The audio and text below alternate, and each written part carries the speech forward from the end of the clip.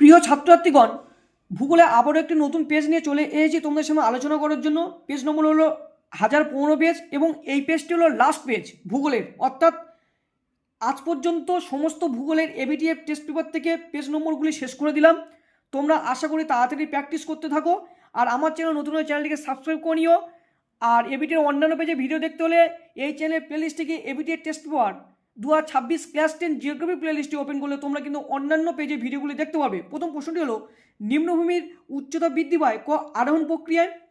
2 নম্বর প্রশ্নটি হলো বৈদ্যুতিক প্রক্রিয়ায় মূল উৎস হলো ক সূর্য। 3 নম্বর প্রশ্নটি হলো গেসপ্পা জলপ্রপাত সৃষ্টি হয়েছে খ সরাবতী নদীতে।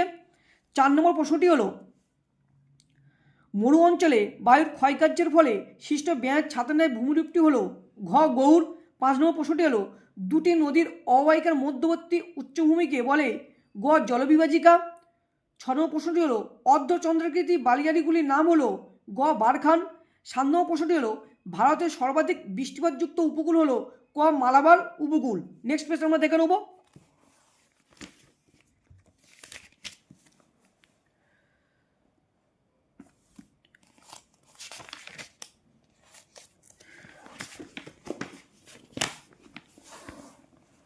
ও এখানে আমি একটা প্রশ্ন মিস্টেক করে যাচ্ছিলাম। 8 নম্বর প্রশ্ন হলো ভারতের দীর্ঘতম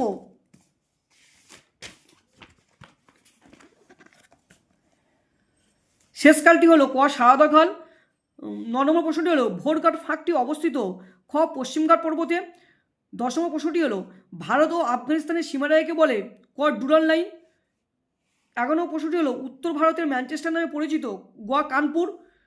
52 নম্বর প্রশ্নটি হলো দক্ষিণ ভারতের প্রধান নদী গ গোদাবরী। 13 নম্বর প্রশ্নটি হলো মেট্রো রেল ভারতের যে রাজ্যে প্রথম স্থাপিত হয় তার নাম খ পশ্চিমবঙ্গ। 14 নম্বর প্রশ্নটি হলো ভারতের সর্বাধিক জনঘনত্বপূর্ণ রাজ্যটি হলো গ বিহার। এখন আমরা 2 নম্বর থেকে প্রশ্নগুলো দেখে নেবো, অর্থাৎ শুদ্ধ অশুদ্ধ প্রথম প্রশ্নগুলি দেখব। প্রথম প্রশ্নটি হলো নঙ্গিভৌম প্রক্রিয়া শিলা চূর্ণ বিচ্ছিন্ন হলেও স্থানান্তরিত হয় না, অশুদ্ধ। দ্বিতীয় প্রশ্নটি হলো সমুদ্রের উপকূল সংলগ্ন আংশিক জলপূর্ণ গিরিখাতকে বলে ক্যানিয়ন, অশুদ্ধ। 3 নম্বর প্রশ্নটি হলো নরওয়েকে দ্য ল্যান্ড অফ ফিয়র্ডস বলা হয়, শুদ্ধ।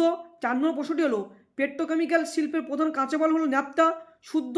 5 নম্বর প্রশ্নটি হলো কার্পাস চাষের জন্য সবচেয়ে উপযুক্ত হলো লবণাক্ত মৃত্তিকা, অশুদ্ধ।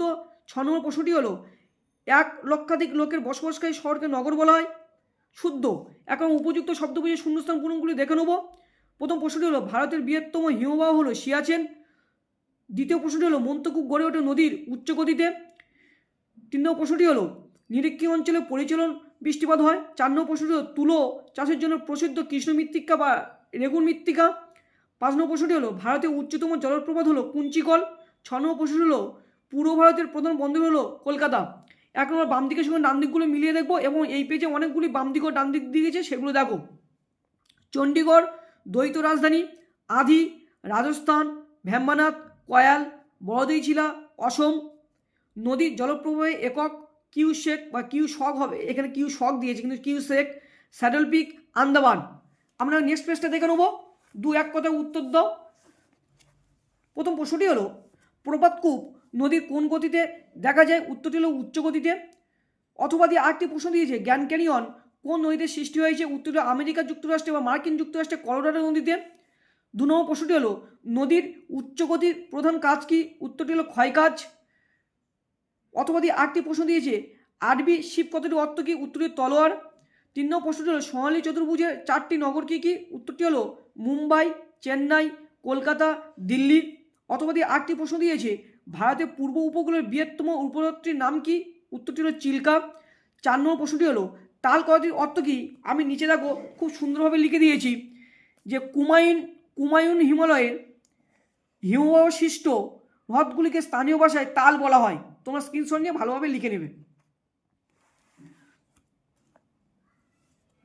অথবা দিয়ে আরেকটি প্রশ্ন দিয়েছে যে ভারতে একটি পশ্চিমবঙ্গের নদীর নাম লেখো, উত্তরটি হলো নর্মদা ও তাপ্তি।